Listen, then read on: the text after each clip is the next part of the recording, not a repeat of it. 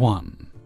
So in this school, certain kids get support, and those kids are usually ones which have mental issues like autism, ADHD, or if they have anger management issues, etc., etc. Anyway, this parent just decided that her child is so special that her kid should get support, despite the fact that there's nothing requiring it. Now, I help many kids with their issues, and at this time, I was a 27-year-old female helping an autistic girl that left 5 to 10 minutes early. Sounds like useless info, but hold on to it. This woman came in and decided that her kid needed support, and the people in the office were more than happy, but they obviously asked, "So does your child have any mental disabilities?" This mother was so offended that the office lady even alluded to the idea that her dear sweet daughter had a mental disability. What? Are you trying to say there's some sort of issue with my daughter? No, ma'am. It's just that it's mostly only children with mental disability. My child is not like those autistic kids. Now she, as you could expect, did not say autistic kids. And the office ladies were shocked at what an entitled mother had just said. Ma'am, you cannot say that. Oh, I will absolutely get you in so much trouble if you do not get my angel this support. The entitled parent went off on a rampage to this poor office lady, who had basically just been hired because I said she should get the job there, and she decided to get help for this parent.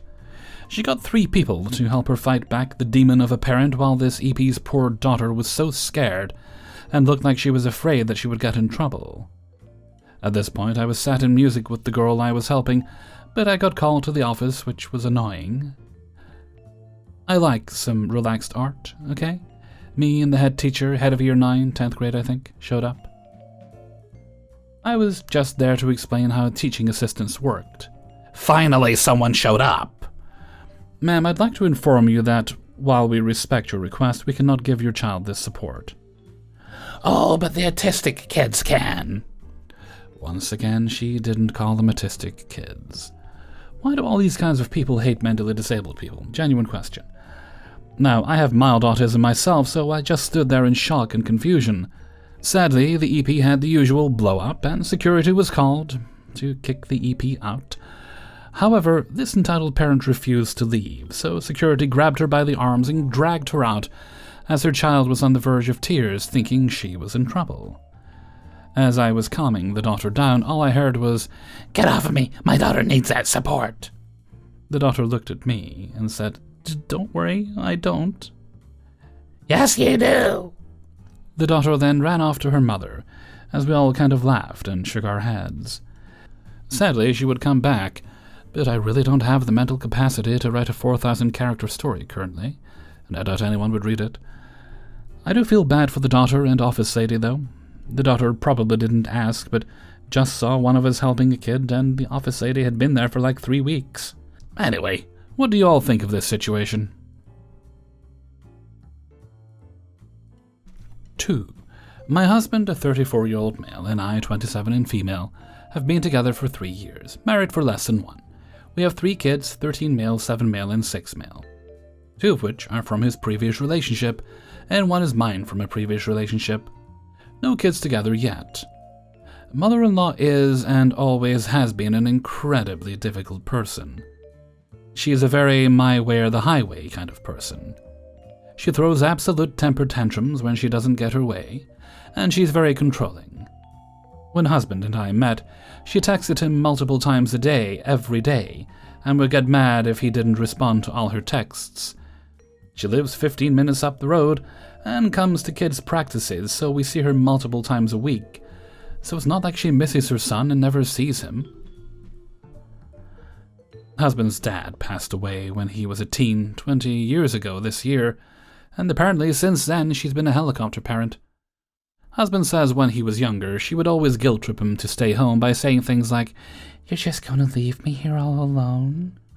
And still, to this day, in any argument she'll say things like, "I've always loved you. I gave up so much of my life for you," shit like that. The only family he has is his mom, his brother, a 50-year-old male, and his brother's significant other, Mary. The mother-in-law hates Mary. Mary has been dating the brother-in-law for 24 years, and mother-in-law has hated her this entire time. She starts fights with Mary at family events, yells at her, and makes her cry on holidays. No good reason, Mary's great. It just seems mother-in-laws does not like her boys happy. And mother-in-law will find any reason to start a fight. She has never acted out towards me specifically, until we got engaged. Right after we got engaged, she started complaining about my husband and I doing everything together. She was mad that he went to another city for my birthday. If my husband didn't text her back, she would blame it on me and started saying I was controlling and grooming him. She started saying very hurtful things about me. Then to me. She was mad that our wedding was in the same month as my brother-in-law's birthday. She asked if we were getting married because I'm pregnant. I wasn't. She's very close to our son, the 13-year-old. She texts him every day, but as he's gotten older, he doesn't feel like talking to his grandmother a whole lot, which I get. He plays sports, he goes to school, and when he comes home, he has other hobbies he likes to enjoy. When he doesn't respond to her texts, she gets upset. Of course, she starts blaming me for some reason. She starts blaming me for everything she doesn't like. So, with everything that's happening, her and I get in an argument. She tells me that she can do what she wants, essentially. I haven't walked in her shoes, and my response was, respectfully, I don't care about the shoes you've walked in. Doesn't mean you can treat me like this. It's been 5 months since this happened, and we are still not on speaking terms. She texted our 13-year-old and said I was being mean to her, and that his dad is being mean to her. He told her he doesn't know what's going on because we don't talk about adult things to a child. And it's none of his business, and she responded with, whatever, it's probably not even you I'm texting. She told me she doesn't care about me or my child, she just wants to talk to my husband and her grandkids. I tried to go talk to her face to face, and she told me to get the fuck out of her house and keeps telling my husband she just wants me to apologize to her and move on. That again, she doesn't care about me and just wants her grandkids.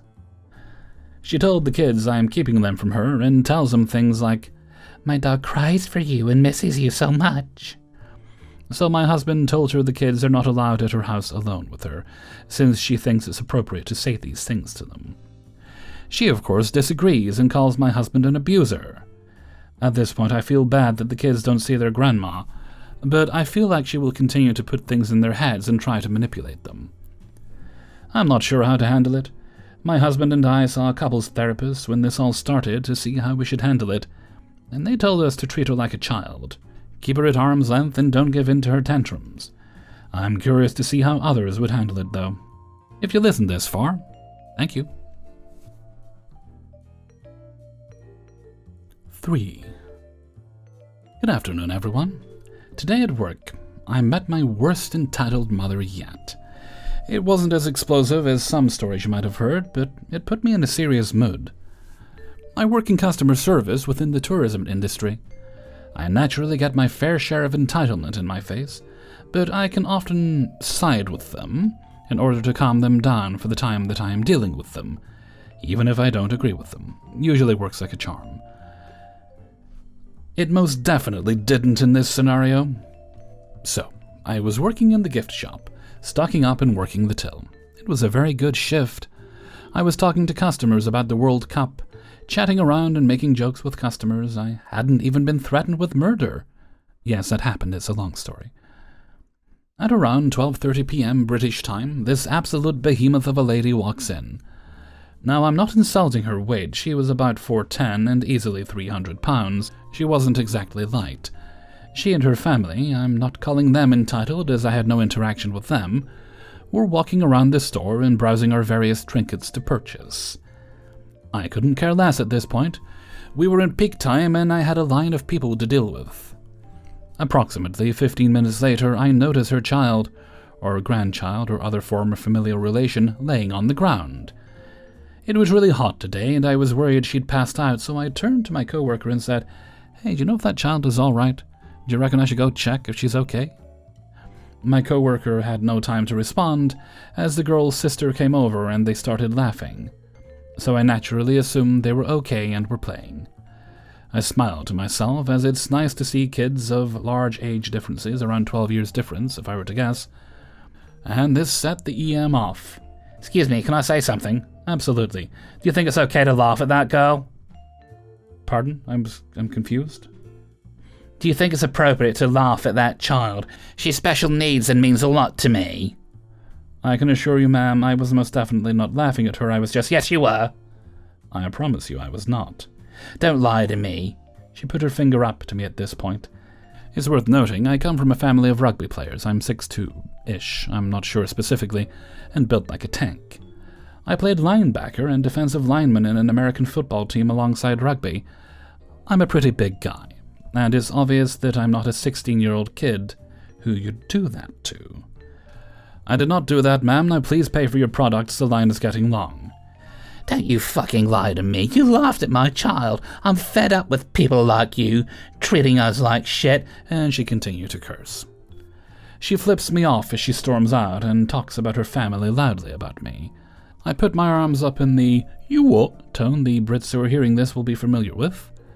Now, I know I shouldn't have done this, but there was a lot more back and forth between us that I can't be bothered to write, so I was pretty annoyed. A random guy in line asks, "Forgive my nosiness, what did you do?" I just smiled at her children playing. Wow, that's fucking pathetic. Are you alright? Yeah, I'm alright, don't worry about me, mate. How about you? I then complete my shift. This part may seem fake, and I understand if you don't believe it. No drama. As I was clocking out of work, I bumped into the EM. She had a walking stick and swiped my legs as I was walking past. I just glared at her. I know it's nothing serious, but I'm pissed off. And gosh, I'm moving away soon. Love you guys. Toodaloo. 4. This story took place long ago, when I was on my last year of grade school. I'm now a university student. I was reminded of it reading some similar stories on Reddit, so I thought I'd share. When I was on my last year of grade school, this first new grader became really popular for his weird behavior. Let's call him Dilbert. Basically, everyone knew about him and thought he was kind of funny since we didn't know any better. From what I remember, Dilbert would call his female classmates names. I assume he would slut-shame them, and would ask them to reenact sex scenes and positions he saw in adult films. Bear in mind that he was only 6. He had some other behavioral issues too, running around yelling stuff, licking, biting onto his classmates' stuff, etc. Dilbert even had a gibberish catchphrase that would later on become very popular and used by everyone at school. The teachers were well aware of it all happening and would call his mother multiple times. From what I've heard, she always ended up fighting with the teachers and leaving with nothing being done. She refused to acknowledge her son's issues, and that would cause problems for everyone else too, since teachers wouldn't do anything about it, further enabling his behavior. I do not remember how it all started, but at one point I learned about his antics too. I don't know how to call this in English, but basically our school operated a few extra hours for children whose parents worked longer hours. That's where I met him. To give context, during those extra hours, everyone ate lunch together, had some free time, and then we would do all our homework together in one class, with one supervising teacher. During this, they would let Dilbert roam around, doing whatever the heck he wanted. That included him cussing people off, licking and biting their stuff. He once even ate his lunch in class, under the teacher's desk, sitting on a picnic mat that her mother gave him to do so. Unfortunately, I was assigned to help him with his HM. Being a quiet, good student, I always sat beside troublemakers. Older students helping younger students was common too. I don't remember much, but I remember him messing with my stuff. He spilled the fish food I had with me. We had a pet fish in our class, and I was assigned to feed it for the day. He then proceeded to take a bite out of the sheet I had with an important poem I had to recite. The teacher, of course, did nothing, telling me to be patient. For the reasons I mentioned above, I was really fed up, so my friend and I, a friend who Dilbert has spat in the face of, decided that we would confront his mother directly. Thinking back on it, it was a very embarrassing point in my life. Definitely a bad decision, but my 12-year-old brain couldn't have known better. So when Dilbert's mother came to pick him up, We went up to her and explained what her son had done to us. The conversation went a bit like this. There's no way my son could have done these things. You must be talking about another Dilbert. You got him mixed up. No, we're 100% sure it was him. No. My son is a sweet little angel. He couldn't have done anything like this. Stop blaming him. The supervising teacher then had to interfere, since the entitled mother got visibly upset. He calmed her down, reassuring her that we're exaggerating, and scolded us for what we did. That's all I could remember. I don't know if that child ever got the help he needed, but I heard he went to a boarding school next. My question is, why do some parents refuse to accept their child's behavior when it's causing harm to everyone, especially boy mothers? 5. For context, I'm a 26-year-old female and live in a northern European country with universal health care and free emergency care services. On Friday evening, I slipped walking back to my apartment.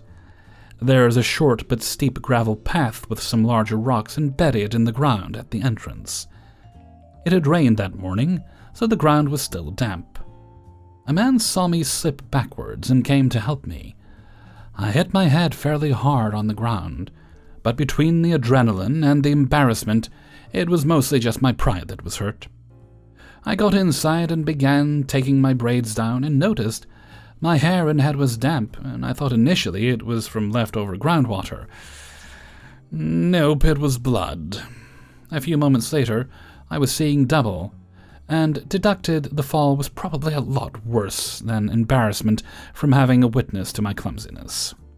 I head to the ER and get my Q ticket number, and I sit down in the waiting area. By this point, I could feel the top of my unfortunately favorite shirt in the back getting wet. Every time I touched the back of my head, it came back red, like it was genuinely gushing. My neck was wet, my shoulders were wet, my hair was matted and red. I was wearing a hoodie zipped all the way up with the hood up. After about 20 minutes of waiting, a man came in speaking English with a son who was maybe between 9 and 12. I'm very bad at guessing ages. The kid seemed chill. He was limping a little. The dad was very agitated and seemed annoyed with the large amount of people in the waiting area. I mean, come on, it's Friday evening in the summer. Of course the ER will have a longer wait. As the queue numbers get ringed, there are some times that no one gets up. This happens often when people get tired of waiting and decide their emergency isn't emergency-ish enough and just leave. Every time this happens, this father would stand with his kid and go in and pretend it's their turn. The nurses actually check the queue tickets here, so they'd get turned back each time and sit down again. I waited just under an hour and a half before my queue ticket was called. I stood up and started walking toward the nurse station, when I heard the voice shout out, "Hey, do you speak English?" "Yes." "Can we go before you? Come on, he's just a kid." I'm not a monster, so I asked, "How injured is he?" If he was genuinely in extreme pain, I'd let them go. "He's limping. You're walking just fine. So you can't be more injured than him." I felt bad for the kid because he was visibly embarrassed and sort of mumbling like, "Duh, stop, it's fine, we can wait." I almost scoffed at the "more injured than him" comment. I just took my hood down, unzipped my hoodie, took it off, and turned my back to the waiting room, exposing my blood-soaked hair and upper back. There were some muffled gasps, and one little girl let out a shriek. I turned back around and asked if he still thought his son was still more injured than me. He stuttered out at, "No, you should go on ahead." I didn't wait a moment longer and was ushered into the room for stitches and concussion diagnosis. I can't say for sure whether or not they were tourists, but it's very annoying to think they're tourists here and feel entitled to step in front of the patiently waiting, patients. My biggest takeaway of the evening is my favorite shirt is now ruined. So please comment your links to your favorite shirts so I can get multiple replacements. Hey everybody, Hellfreezer here, and thank you very much for listening to The Impractical Proudness of Parents, Ipop, episode 116. And thank you very much to everybody who allowed me to use their stories in this video. Before you go, please do poke the like button. And if you'd like to get the videos a little bit early, then you can support me on my Patreon, which is linked in the description. You'll also find the link to the Hellfreezer Teespring store, which I'm pretty proud of.